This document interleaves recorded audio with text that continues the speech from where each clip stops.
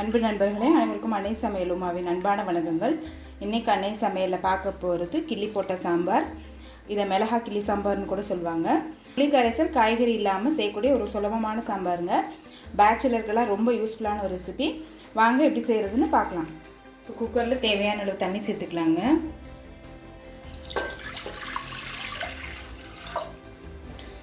இப்போ கழுவுன துவரம்பருப்பை இதில் சேர்த்துக்கலாம். கொஞ்சம் பெருங்காயம், 2 பல் பூண்டு, கொஞ்சம் மஞ்சத்தூள். அடுத்தது இது கூடவே 3 உருளைக்கிழங்கு சேர்த்துக்கலாம். உருளைக்கிழங்கு நல்லா கழுவிட்டு சேருங்க. இப்போ மூடி போட்டு குக்கர்லேருந்து 5 விசில் வந்தோடனே இறக்கி வச்சிடலாங்க. இப்போ பருப்பு உருளைக்கிழங்கு நல்லா வெந்துருச்சுங்க. இப்போ இதை எடுத்து தனியாக வச்சிடலாம்.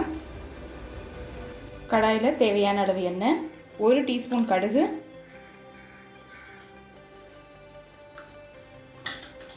அரை டீஸ்பூன் சீரகம், கருவேப்பிலை, கொஞ்சம் பெருங்காயம். இப்போ 6 மிளகாயை கிள்ளி போட்டுக்கலாங்க.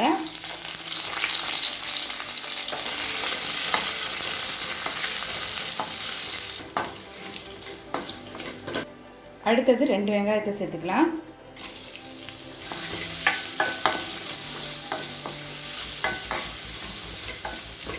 பச்சை மிளகாய். அடுத்தது 2 தக்காளி சேர்த்துக்கலாங்க. தேவையான அளவு உப்பு,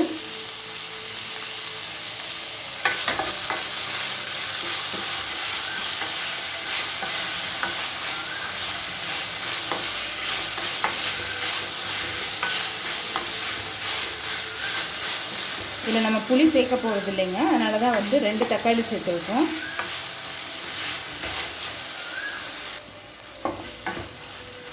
தக்காளி நல்லா வதங்கிடுச்சுங்க. இது கூடவே வேக வச்சு பருப்பு சேர்த்துக்கலாங்க.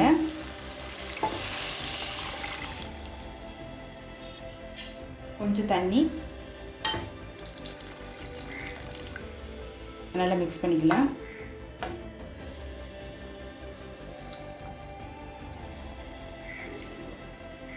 அஞ்சு நிமிஷம் ஸ்லோலே வச்சிடலாம்.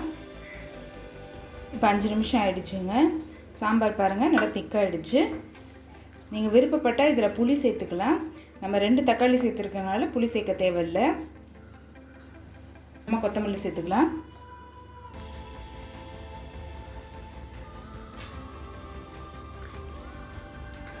இப்போ கிள்ளி போட்ட சாம்பார் ரெடி ஆகிடுச்சு. சர்வ் பண்ணிடலாம். தேவையான அளவு எண்ணெய், கொஞ்சம் கருவேப்பிலை, கிழங்கு தோல் எடுத்துட்டு மீடியம் பீசஸாக கட் பண்ணி வச்சுருக்கேன். இப்போ இதை சேர்த்துக்கலாம். தேவையான அளவு உப்பு, அரை டீஸ்பூன் மிளகாய்த்தூள், 1 டீஸ்பூன் சாம்பார் பொடி. உருளைக்கிழங்கு சாம்பார் பொடி போட்டு பண்ணிங்கன்னா டேஸ்ட் ரொம்ப நல்லா இருக்குங்க.